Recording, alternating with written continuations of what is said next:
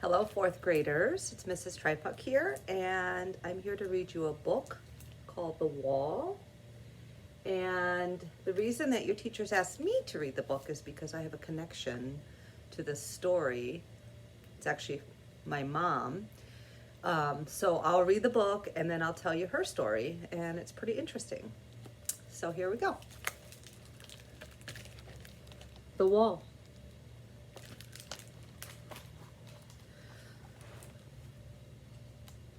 My mom said that while the wall was being made, our dad got stuck on the other side.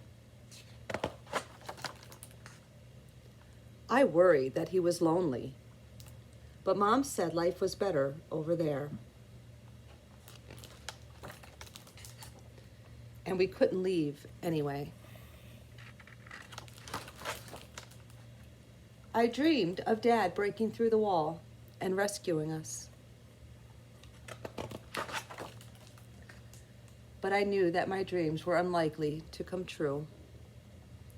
Still, I imagined all kinds of ways to get across.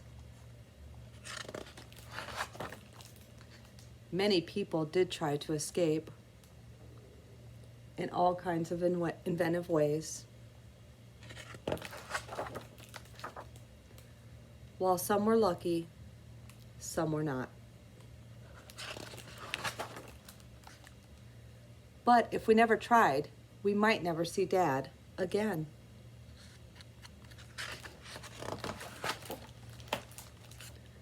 So I started digging.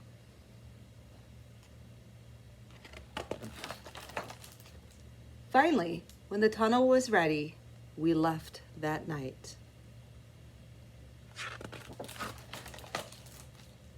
The hardest part was crossing the field to the tunnel's entrance undetected.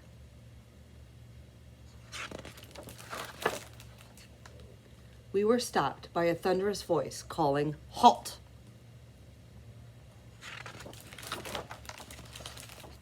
The soldier asked us what we were doing, so I told him about my dad.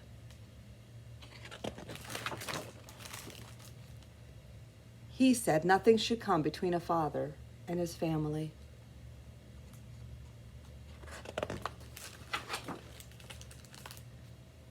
We headed through the crowds to a small house on a quiet street.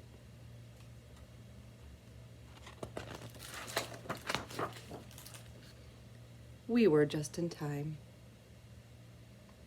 The end. Okay, so the connection between this book and my mother is that she also escaped from East Germany to go over to West Germany.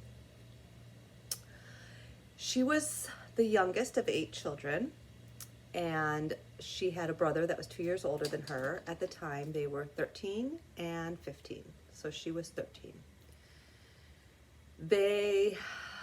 After the war, they ended up on the east side, which was not the good side, and her older brothers and sisters were all married and settled in their lives there, and her father wanted them to have a better life. So he arranged for them to escape. They had a cousin that lived on the west side that agreed to take my mom and her brother and finish raising them and help them get started on the west side. He paid a man to take them to a field which was called No Man's Land and help them get over to the other side. So one night, her brother and her packed their stuff, one little bag, and were given instructions by this man that he was going to take them through a forest. When they got through to the end of the forest, he was going to give them a signal, and then at that time they were to run, and they were not to stop, just to keep running and running and running until they got to the other side. This field was called No Man's Land. It was in between the East and the West, and on one side it was patrolled by the East German soldiers, and on the other side it was patrolled by the West German soldiers. So that night, in the middle of the night, my mom and her brother went with this man to the forest. They had to travel through the forest. And when they got to the edge of the forest, they could hear dogs barking. They could hear, from far away, they could hear soldiers. And the man gave them the signal. So my mother and her brother started running and running and running. They could hear the dogs. They could hear the soldiers. They were scared, but they did not stop running. And just like in the book, all of a sudden they heard, "Halt!" And in front of them was a group of soldiers with dogs and guns. And they stopped. And thank goodness it was the West German side, the soldiers. It was the good side. And they said to my mom and her brother, "What are you children doing out here in the middle of the night? You could have been killed." So they gave the soldiers a note from her dad on how to contact their relative on the west side to get them to safety. So they took them down. They got them on a train.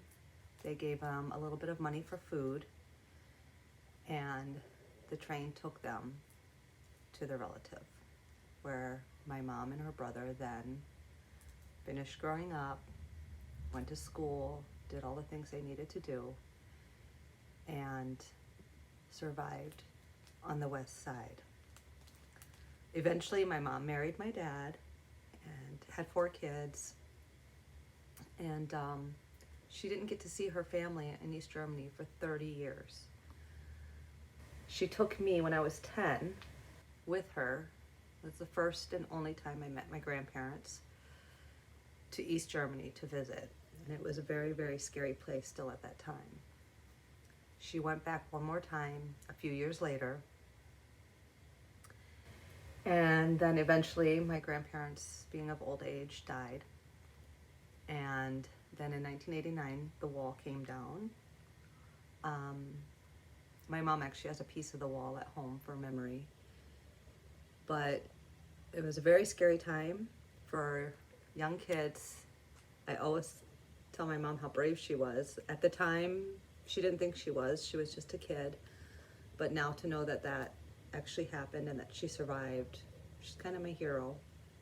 She's 83 and she lives in Arizona and she's doing well. So that's my mom's story. Goes with your book, goes with what you're learning right now. And I thought it was just very interesting. Thanks for listening. Miss you guys.